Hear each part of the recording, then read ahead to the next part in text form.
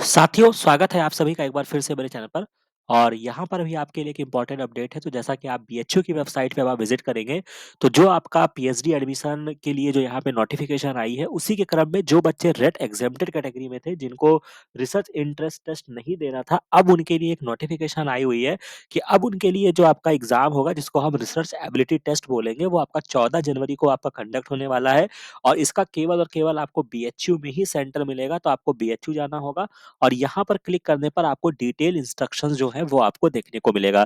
तो क्या detail instructions है उसको मैं आपको समझा देता हूँ। तो सबसे इम्पोर्टेंट चीज़ जो कि आपका रिसर्च एबिलिटी टेस्ट जो है ये आपका 50 मार्क्स का होगा, जिसमें आपको 1 घंटे का समय दिया जाएगा। इसमें आपसे कहा जाएगा कि आपको एक रिसर्च प्रपोज़ल लिखना है, जो कि आप जिस चीज़ पर आप काम करना चाहते हैं या कोई भी एक ऐसा टॉपिक जो आपने पोस्ट ग्रेजुएट डिग्री में आपने उसको समझा हो। अब इस रिसर्च प्रपोज़ल में जो होगा, आपके 5 डोमेन हो सकते हैं। जिसमें आपको मतलब कह सकते हैं कि अपनी बात को रखनी होगी। उसमें आपका introduction, review of literature, AIIMS, methodology, ethical consideration, ये सारी चीज़ों को आपको लिखना होगा और ईच डोमेन्स के लिए आपको 10 मार्क्स दिए जाएँगे, राइट? इसके बाद the answer sheet for the SET test will be provided by the university for each domain, adequate space आपको दिया जाएगा। मतलब उस पर्टिकुलर शीट में इतना स्पेस होगा कि आप अपनी बातों को रख सकें। इसके बाद the candidate are required to give a title to the research proposal as per the guidelines of writing title. इस तरीके से आपको ये सारी चीज़ें करनी होगी। बाकी कोई वर्ड लिमिट नहीं है, लेकिन आपको जितना स्पेस दिया जाएगा उतने में ही आपको अपनी बात लिखनी है।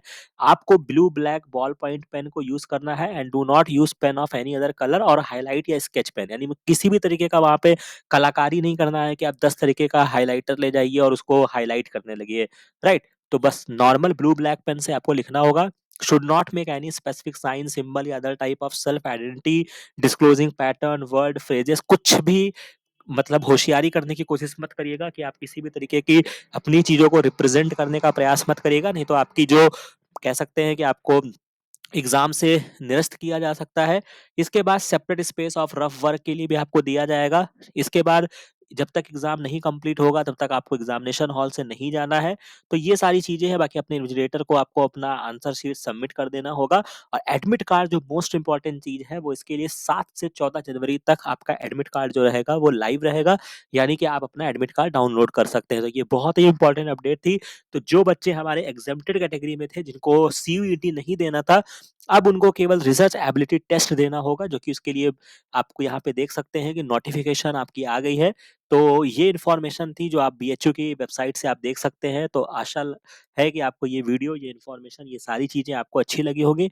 बाकी इस चैनल को लाइक, शेयर और सब्सक्राइब ज़रूर कर लीजिएगा, ताकि इस तरीके की सारी इन्फॉर्मेशन आपको समय से मिलती रहे। बाकी मिलते हैं नेक्स्ट वीडियो में नेक्स्ट इन्फॉर्मेशन के साथ। Thank you very much.